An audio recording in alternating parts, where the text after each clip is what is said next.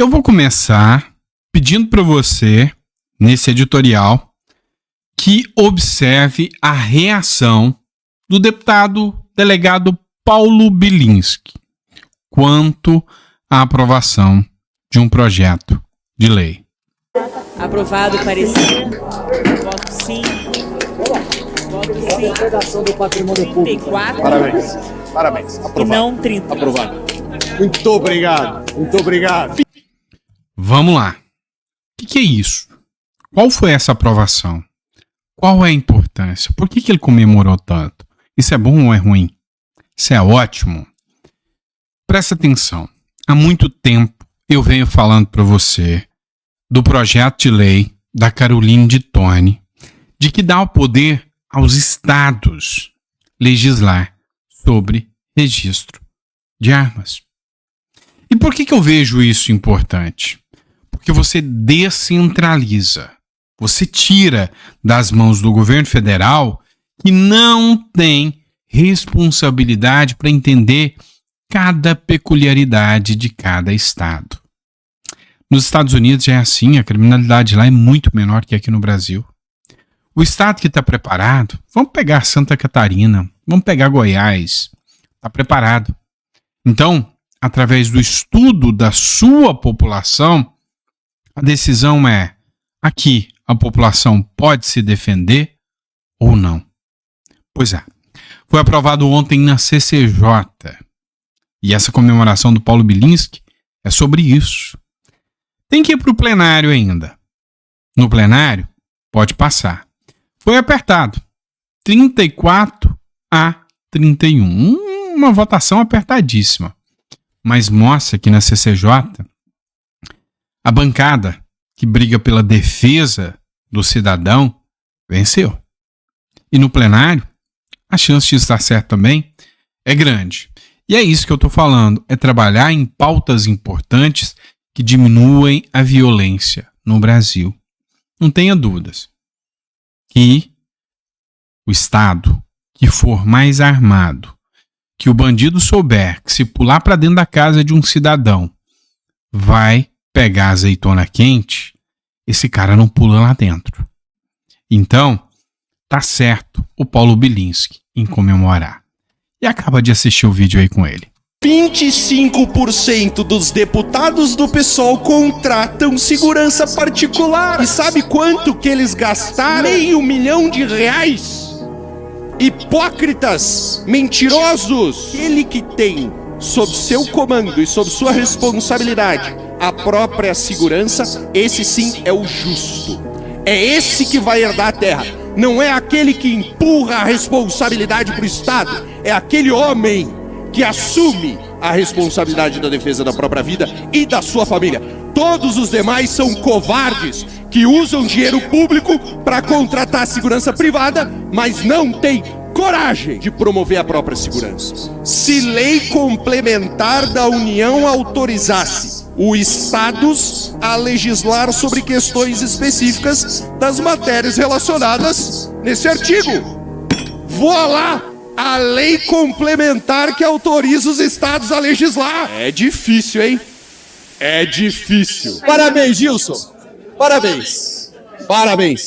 Muito bom. Excelente. Parabéns, Polon. Grande dia. Parabéns. Pois bem, e você? O que você acha sobre isso? O meu ponto de vista sempre foi esse. Não é o governo que tem que definir, são os estados. Eu penso assim, acho que esse projeto de lei é bom demais. E aí a esquerda sai com derrota. A turma ali das saidinhas, a turma ali das vítimas da sociedade saem com derrota. E eu fico feliz em divulgar isso para vocês. E aí, o capitão Derrite comentou o seguinte, já que eu falei de saidinha, o capitão Telhada, o governo Lula, tentando impedir a qualquer custo a derrubada do seu veto sobre o projeto das saidinhas. Alguém me explica qual o interesse da esquerda em proteger, defender e lutar por direito de bandido enquanto cidadão de bem é diariamente refém desses canalhas? Quantos pais de família não conseguem visitar seus familiares porque não têm condições? Quantas pessoas ficam anos sem poder voltar para sua terra? Quantos não podem sequer dar uma moradia digna para os seus filhos? Aí vem a esquerda falar em direito de criminoso. Eu vou além do que disse o capitão Telhada. Quanto pai não pode dar um abraço no seu filho no Natal porque o filho está no cemitério graças a um vagabundo desse? Quantos filhos não terão os pais porque um bandido desse, para roubar um celularzinho, acabou com a vida de um pai de família?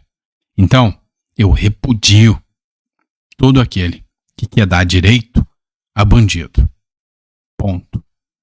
Parabéns para quem aprovou o projeto de liberação de armas pelos estados. Ainda tem que passar por muitos pontos. Parabéns para todo aquele deputado que votar contra essa patifaria de saidinha e derrubar o veto do Lula. Parabéns, vai valer meu voto, tá? Vamos lá, bora prestar atenção aqui em outra coisa que está acontecendo importantíssima dentro da Câmara dos Deputados. Matéria do antagonista. Senadores, deputados estão pressionando, subindo um tom, querendo que caia o inquérito das fake news, o sigilo do inquérito das fake news conduzido por Alexandre de Moraes. Afinal, são 5 anos em segredo de justiça, em sigilo, que ninguém que é investigado sabe o porquê. Eis que, com a palavra, Rogério Marinho.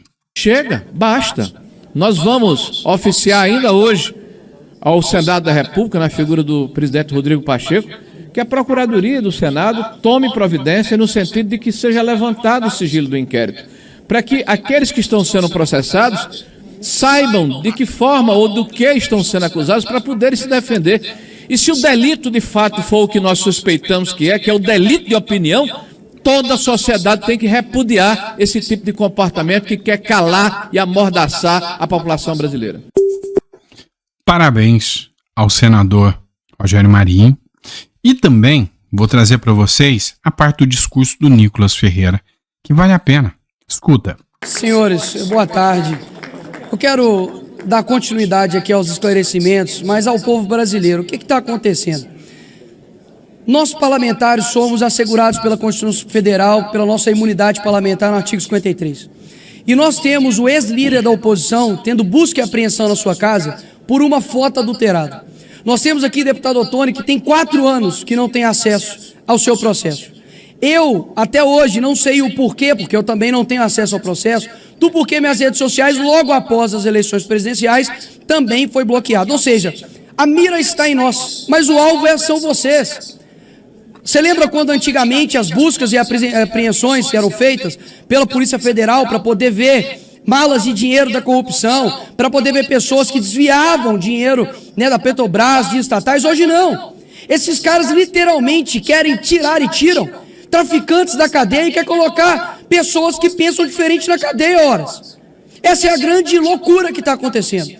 Quando nós dissemos há pouco tempo atrás de que o Brasil viraria uma Venezuela, não é no sentido somente econômico, por mais que nós estamos caminhando para isso também, mas é principalmente com relação ao domínio da Suprema Corte. E aqui, o inquérito de Moraes, ele faz exatamente isso. Ele utiliza-se do seu poder para poder calar, para poder censurar, porque nós somos oposição. Se parlamentares não podem dizer o que pensam, muito menos o cidadão comum. E isso daqui que é o que de fato está em perigo. Porque pode passar a impressão de que nós estamos nos defendendo. Os parlamentares estão somente se defendendo das prerrogativas deles, mas não.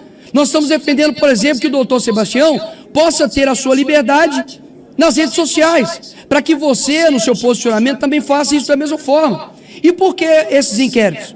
Eles colocam em sigilo para poder pressionar e para poder amedrontar a oposição. Agora, olha que contraditório, Sargento Faur. Eles colocam o processo em sigilo, mas eles comentam os autos do processo em rede de televisão nacional. Essa é a grande incongruência. Para que colocar em sigilo, então? Abre-se os processos, para que todos, afinal de contas, os comentem. Porque se nós não podemos ter acesso, eles também não deveriam ter. Agora, Alexandre de Moraes, ele se tornou o investigador, o julgador e a vítima, ao mesmo tempo no processo. Isso é inaceitável. Então, por mais que existem outras pautas importantíssimas para serem discutidas aqui nessa casa, a prerrogativa dos deputados, que são os devidos representantes do povo, assim bem como os senadores, não pode ser deixado de lado. Afinal de contas, uma tirania começa dessa forma. E se você quer saber de fato quem controla os senhores, eu pergunto para vocês: Nicolás Maduro é o quê? Um ditador. Kim Jong-un é o quê? Um ditador. Quem foi Stalin? Também um ditador. Chame Alexandre de Moraes de ditador. E você vai perceber a diferença que há daqueles que de fato controlam a tua opinião e aqueles que de fato não controlam. E nós temos vários cúmplices disso. Nós temos, por exemplo, diversas mídias, diversas jornais que estão em conluio com tudo que está acontecendo. Olha só a que ponto chegou. Nós temos pessoas hoje, eu faço questão de lembrar isso aqui, deputado Marcel Van Hatten, pessoas que estão sendo condenadas a 16 anos de forma desproporcional porque fizeram baderna aqui nessa casa, que a esquerda cansou de fazer. Os black blocs já foram absolvidos pelo que fizeram, tanto aqui quanto em São Paulo. Nós temos o Coronel Naime, que até hoje a sua família pede Pix para poder sustentar. Enquanto isso, nós temos literalmente André do Rap, um dos caras que eram chefões do comando do tráfico organizado, solto, inclusive com seus bens sendo restituídos. Nós temos a DPU, a Defensoria Pública da União, fazendo processo contra o Elon Musk por danos morais à democracia, horas. O que de fato é ataque à democracia, doutor Sebastião? É você falar contra o Lula, é você, por exemplo, dizer que ele é ladrão como eu e deputado Gilvan Federal disse, e nós estamos sendo investigados por isso. O Monark, abriu-se uma investigação por ele porque ele chamou o Flávio Dino de Gordola. Ora, se chama ele de magra fake news, se chama ele de Gordola é o quê? É criminoso, então tem que chamar ele de quê? Olha o nível que nós estamos chegando. Então, quando nós colocamos isso daqui, é algo muito sério. Nós estamos clamando para que não somente as pessoas que já concordam conosco, mas para que os demais, presidente dessa casa, presidente Rodrigo Pacheco, e como mineira que eu peço desculpas, a omissão do presidente do Congresso, porque o que está acontecendo hoje é muito por conta da omissão, da frouxidão, da covardia de um homem chamado Rodrigo Pacheco. E eu tenho zero medo de dizer isso aqui. Afinal de contas, eu sei as consequências de ter homens fracos em locais de posições fortes. Que é isso que nós estamos vivendo. Enquanto nós estamos aqui na nossa liberdade de fala, tem pessoas sofrendo gravemente, com famílias gravemente sofrendo por conta de um revanchismo jurídico. Chega dessa censura, chega desses sigilos eternos e inquéritos eternos. Nós queremos liberdade para o nosso país e é isso que nós viemos fazer aqui hoje. Muito obrigado. Discurso forte do Nicolas Ferreira. Partiu pesado para cima do Rodrigo Pacheco. E lembrando que ele é do mesmo estado que o Pacheco. E a pressão sobre o Pacheco se levanta cada vez mais, né? Cada vez mais. Vamos agora falar do Glauber Braga. Pois é, você deve lembrar desse caso aqui. Glauber Braga discutiu com o Kim Kataguiri, deu os empurrões no Kim Kataguiri e depois saiu chutando um dos membros do MBL. Pois é, muito bravo o Glauber Braga. Mas acontece que começou uma sessão depois do Lira ter mandado ele para a comissão de ética e aqui ele estava bem mais tranquilo, bem mais ameno. De Tigrão virou tchutchuca, como disse a Bárbara do Te Atualizei. Ela falou de Tigrão a tchutchuca. Vamos ver o que o Glauber Braga falou aqui durante a comissão do Conselho de Ética. Presidente, eu queria pedir a Vossa Excelência, antes do sorteio, um apelo baseado no regimento. Essa não é qualquer definição.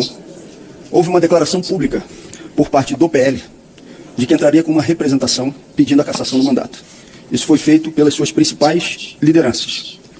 Houve um acordo entre o PL e o Partido Novo para que o Partido Novo, então, entrasse com a representação e que os deputados do PL pudessem, então, ser escolhidos como eventuais relatores.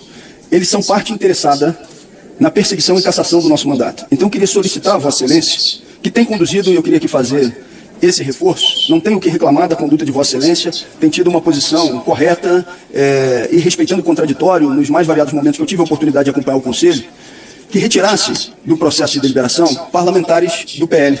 Deputado Glauber, eu, obviamente aqui como presidente do Conselho de Ética, não posso me basear sobre declarações da imprensa ou qualquer tipo de assunto relacionado a isso. Aqui nós temos que seguir o que está no regimento interno da Câmara e no Código de Ética e Decoro Parlamentar, que neste caso específico, caso venha a ser sorteado algum parlamentar do PL, nós vamos formalizar a mesa e a presidência do Conselho todas as razões que na nossa avaliação são regimentais e jurídicas para que não venha a ser escolhido como eventual relator do caso. foram sorteados os deputados Cabo Gilberto Silva, Rosângela Reis e Sidney Leite. Presidente, Vossa Excelência poderia dizer os partidos desse parlamentar? Cabo Gilberto Silva, PL Paraíba, Rosângela Reis, PL Minas Gerais, Sidney Leite, PSD Amazonas.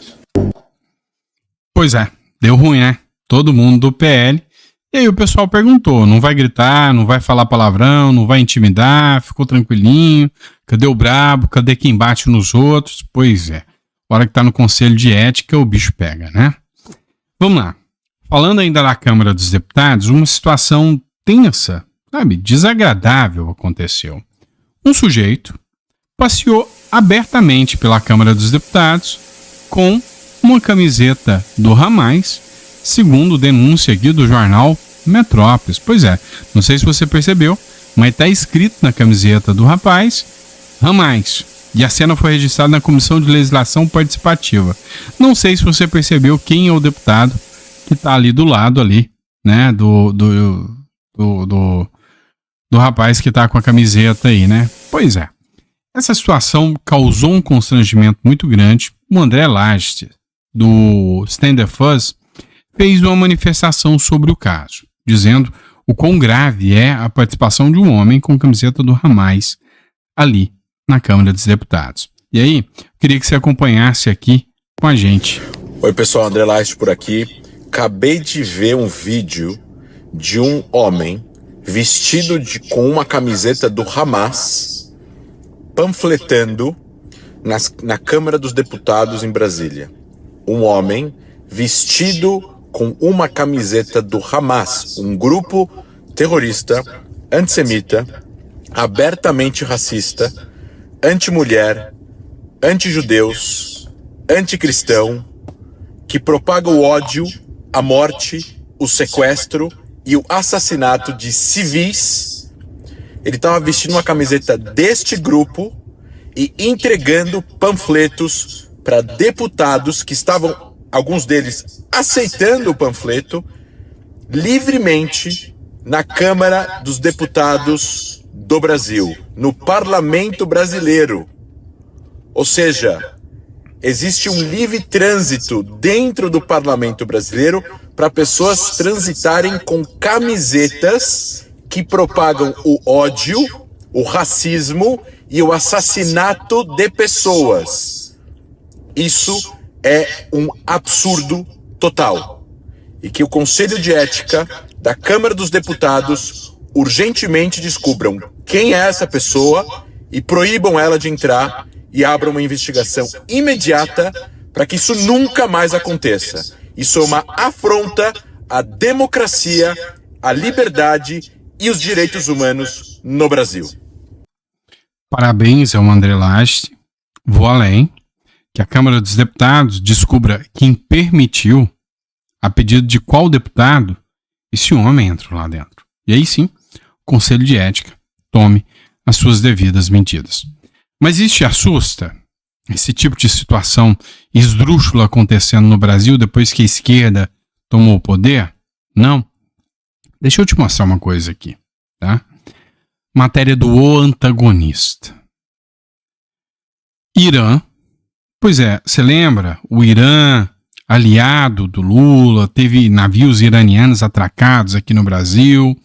Quando o Irã atacou Israel, Lula não quis criticar o Irã.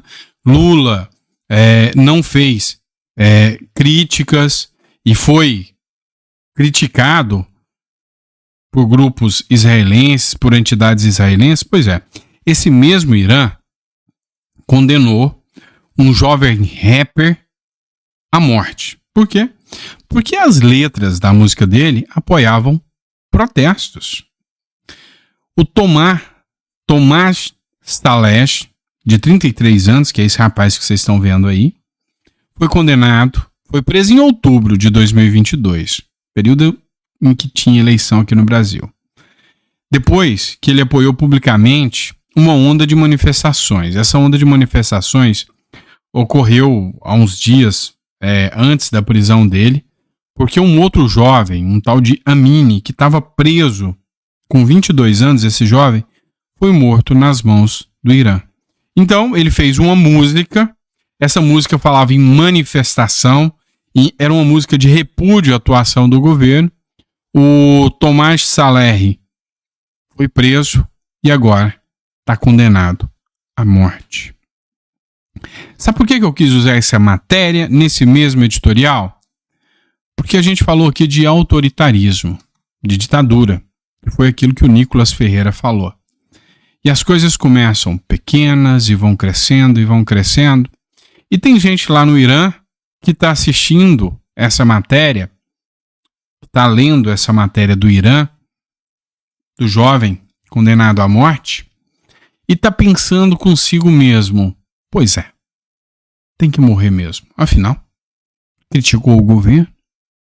Tem gente que está assistindo essa matéria, está lendo essa matéria e dizendo, mais um, é normal, criticou o governo. E tem alguns que estão falando, meu Deus, que absurdo, mas eu não posso falar nada. E aí, só para lembrar a matéria que eu citei para vocês, essa aqui da Revista Oeste.